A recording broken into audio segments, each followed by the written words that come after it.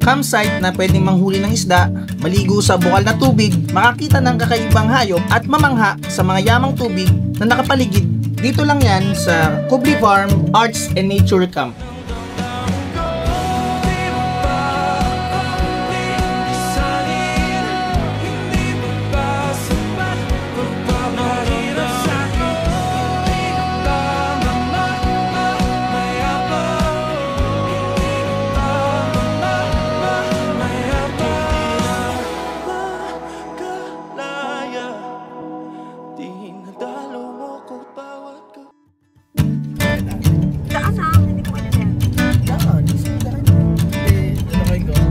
Lang kasi na eh.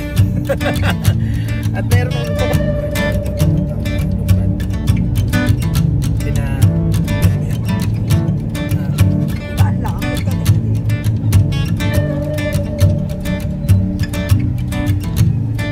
Yung kasama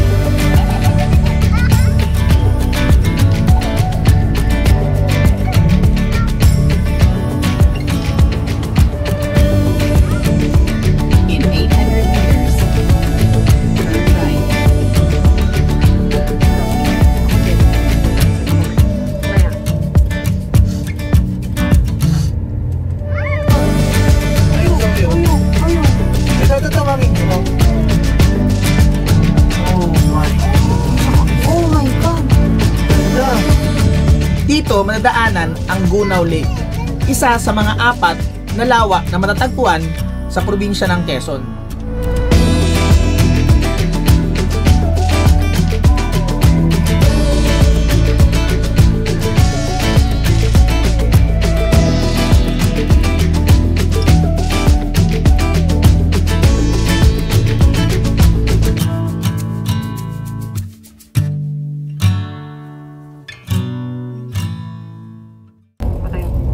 Ayan, so magra-ride na tayo dito. Pinapa-ride na tayo. Tingnan natin kung paano yung papasok doon sa Kubli Farm. Tingnan natin.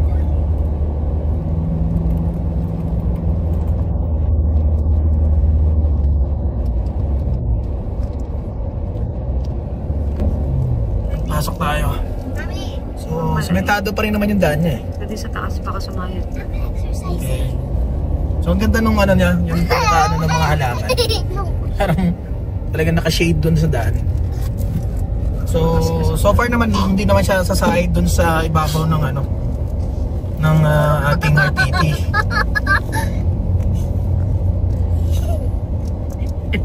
Yan. So Ilagay mo na lang kasi pa-word. So mag-ride tayo dito. Ang gulo ng mga kids. Okay lang yan. So problem natin, Uy, ang liit ang hindi tayo nakabili ng takat naman ito. Kaya kublik to. kalamansi. Maybe that's why they called it kubli. Eh, paano makakasiman yun? Meron tayo pang-asim pa tayo. May tindahan naman siguro dito. Bibihira naman yung merong may pang-asim. Pupunta naman tayo dyan. May mga tindahan pa na pwede kong lakarin mamaya. Bibihira yung may pang-asim. So ito na yung malapit na yung kubli. Sa dulo pala siya.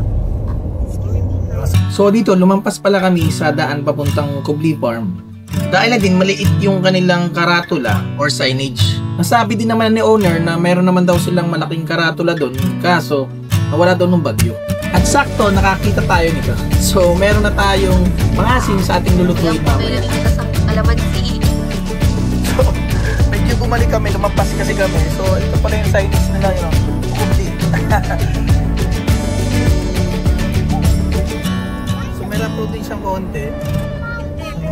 kaliwa yata ulit dito. Oo, kanto daw. Kanto, kaliwa ulit. Ano? Babaybayin daw, sabi niya ba yung ano? Yung ilog. Likod niya. Oo. Okay. Hindi ko makita. Lumampas ako dun sa ano eh. Lumampas ka. Ito pala si Kuya Jerks yan. Hi. Guys. Yun, siyempre yung ating kasama si Rael, si Large TV. And yan si Ili, Ili Rides. Ayun, nasa si Kuya Johnny yan. Nakita ko rin yan.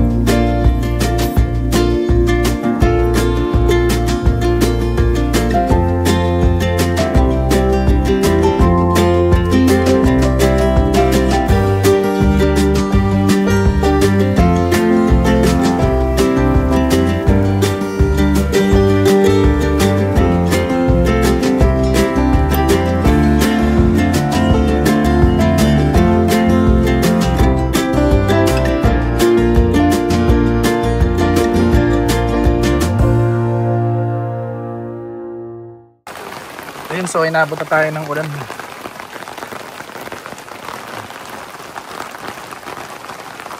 Kasama natin yung mga campers din dito.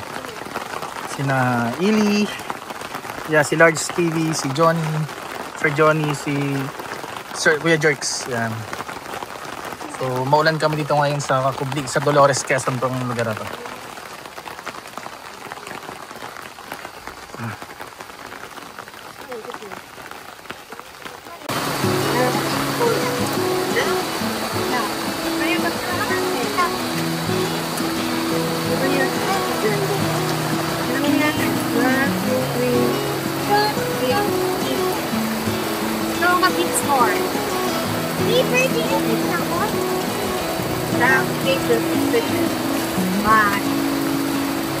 Rock, paper, scissors. Rock, paper, scissors. Rock, paper, scissors. Rock, paper, scissors. Rock, paper, scissors. Rock, paper, scissors. Pinako. Rock, paper, scissors. Rock, paper, scissors. Pinako ko na lang. Rock, paper, scissors. Rock, paper, scissors. Okay. Rock, paper, scissors. More. Rock, paper, scissors. One more. Rock, paper, scissors.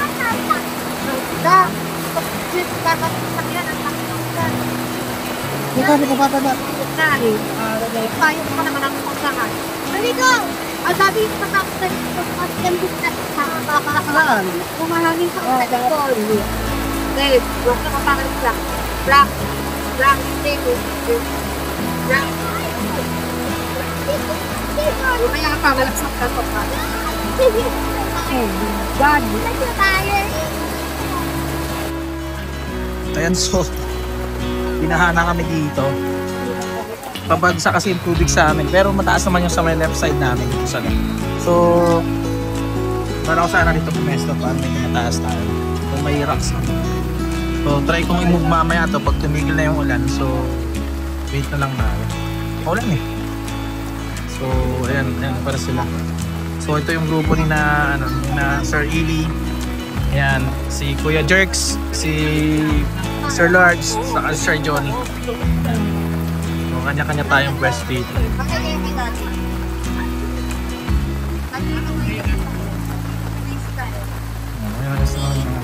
Daddy, Tommy, say hi to Dada.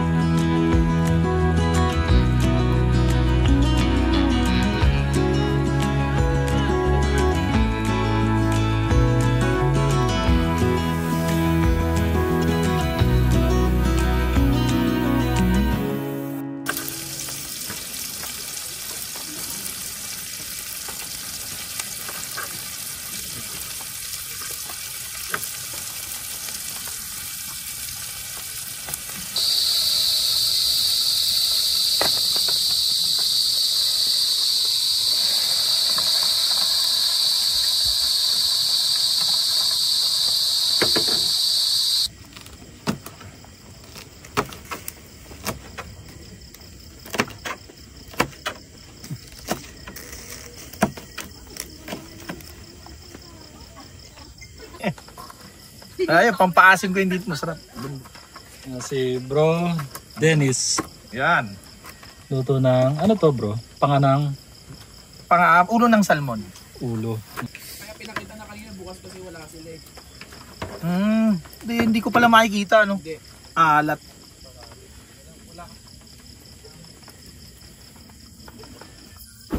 So, nagluto na nga tayo ng salmon. Salmon head. And mamaya magluluto tayo nung pulutan nila, yung sizzling tofu natin. So, ayan.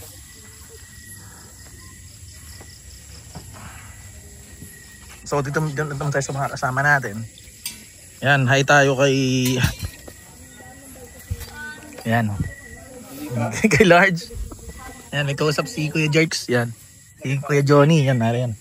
Si Ili nawala. Yan. So, ito yung pagkain namin dito. Yan. So, meron tayong bangus. Cooking show, no? May, ang sarap itong ano. Hindi ko pa nakatikim yan. Yan. Yung miswa nila. And yung ating salmon head. Siyempre. Ano tayo? Yan, ito na yung ating isa pang kasama yan. Hi po. Hello. Oh, yan o. Yan o. Sige. Sige. O yan. So, habay tayo dito.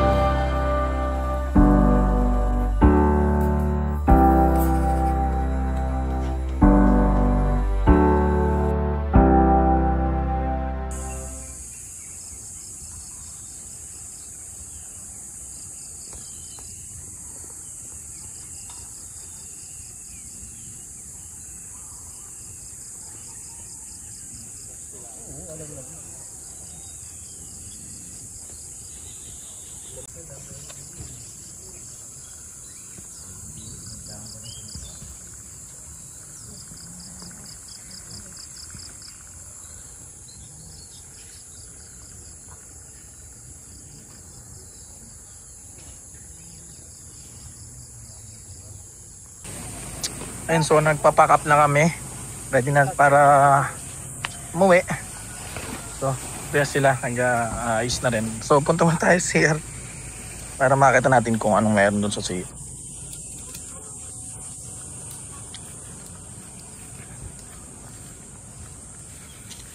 Ayan. Ayan, sir, si Kuya Jerks, oh, pack up na rin. Kuya Johnny, papack up na rin.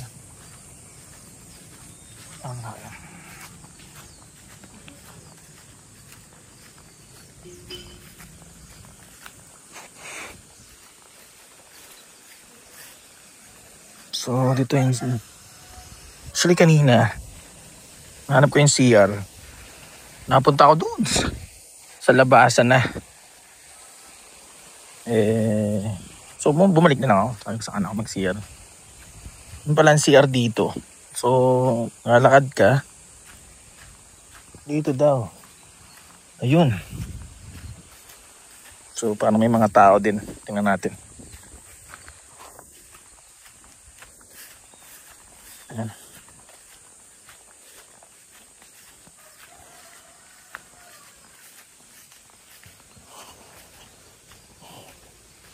Ayan.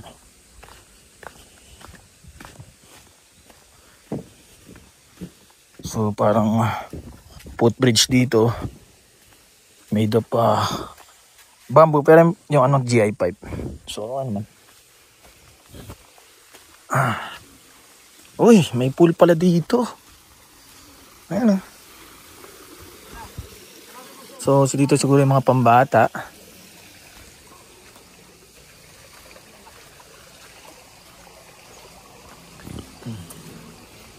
Ayun, naliligo pala dito.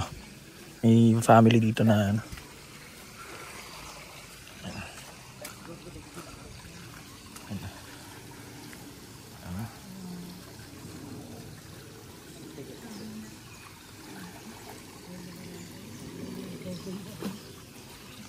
So, may mga bilas din.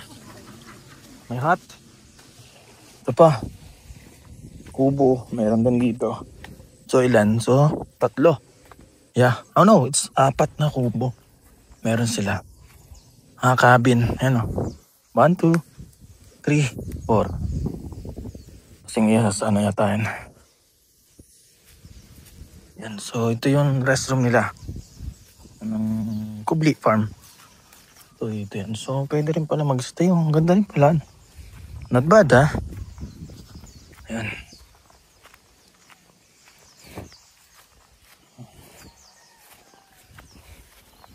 Ayan, so ito yung restroom nila. So meron silang sink.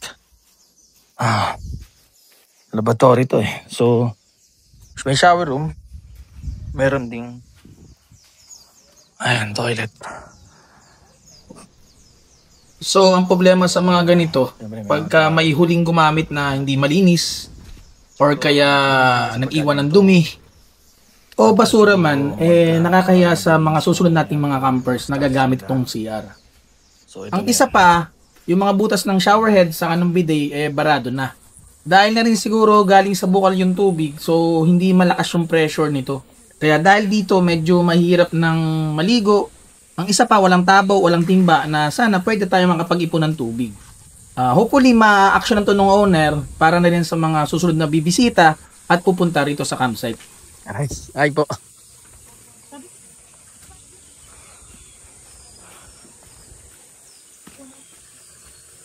Hindi, okay lang po. Yan po bang tubig, bukal po yan? Yun. So, yun po yung gusto ko malaman din. Thank you po, thank you. So, yun nga. So, maganda yung tubig niya kasi kahit paano. Yan.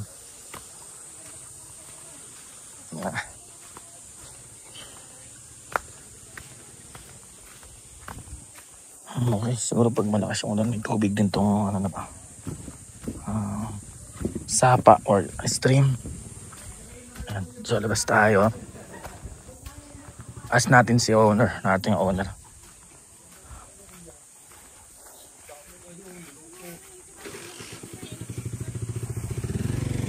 Good morning po. Ask ko lang, pwede po bang pumunta dun sa ano? Kasama ko po yung mga kids. Dun sa may mga exotic na animal daw po. Sa pagkakataong ito, dahil kahapon hindi tayo nakasama kay na Ili Rides and Large TV para puntahan yung mga exotic na animals. Salamat naman at napagbigyan tayo ng owner ng campsite. At tara, i-check natin. Ayan, so isa daw sa mga makikita mo dito sa Kubli Farm yung mga exotic animals. So check natin kung ano-ano ba. So kahapon nakita natin may mga may mga taong namimingwit or nagpi-fishing. Ay, meron pa rin pala. Ano ngayon? Talagang talaga spot talaga nila. Kaya nakaka-relax. Ginawa natin sa Olis.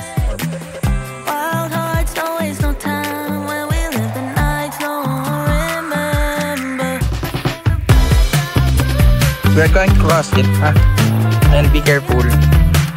So, ang una natin makikita dito ay itong asong to. Yan, medyo punggok siya. Or, maliit na. Hindi yan. Yun o. Yan, diretso na. Go! Stig. Ang ganda. So, ang daming ang nag-ano dito ng huli ng isda.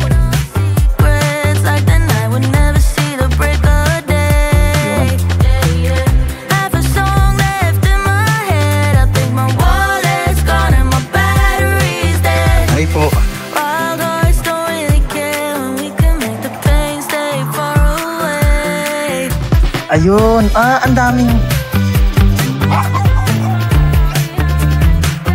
Ay, turtles. Ay, nakita mo. Ayun, gumagalaw ka, El. Ito pong ito snake pala yung isa, yun o. Yung python yata yun, di ba? Is it python ba?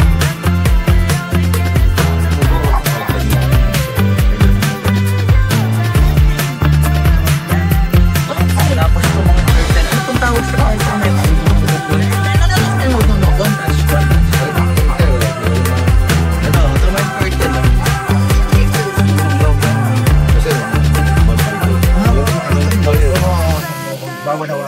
Mabakong anak na yun. Nagayon niya.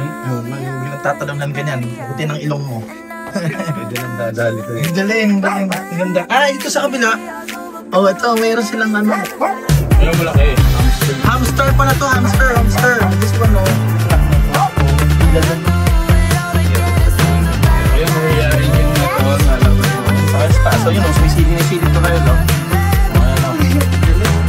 Nalabas eh gabi. Turtle. Ang daming turtle. Ito po naman mga sugar glider na. Pag hindi po may-ari, wild. Ano ba yan? Yung parang sila, maliit na nagarit, parang gano'n na yung may lumipad. Yung nakatago. Ito, tawag dito. Grabe yung ano yan. Python din. Pinabenta niya po ba? Kasi yan. Dito kapak yan. Ganda.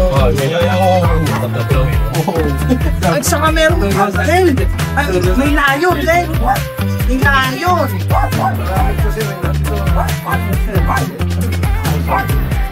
Kanatak yun, Len. Ito naman sir yung malaki. Ito naman. Nandito yung malalaking python. This pa, ano to? Ano ito yung... Natago, yan o. Kalimutan ko. Para siyang sir, tuko. Yung... Ay, okay, Benji. Kalimutan ko na. Lizard, parang good po, like lizard. Okay, thank you po. Ito sa baba po, mga pakain nila. Mga papakain sa mga python. Mga rats. Okay. Ayun, tingnan natin yan. Philippine lovebirds na kasi yung nakulasisi, di ba?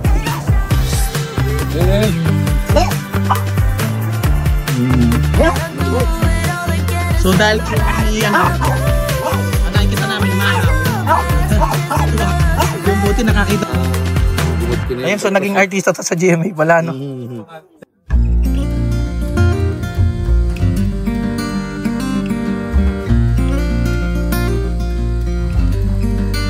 syempre, bago tayo umuwi, na-try ko rin na lumublog para ma-check na rin natin kung gaano ba kalamig o gaano ba kasarap ang maligo dito sa Kubli Farm.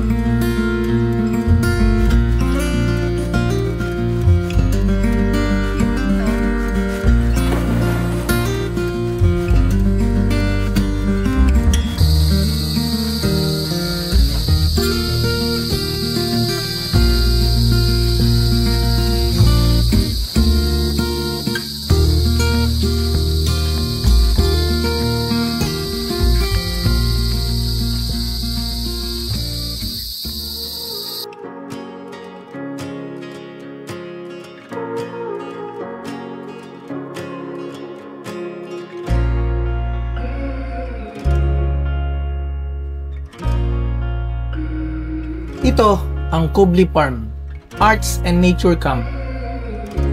At ito naman ang nakapaligid dito.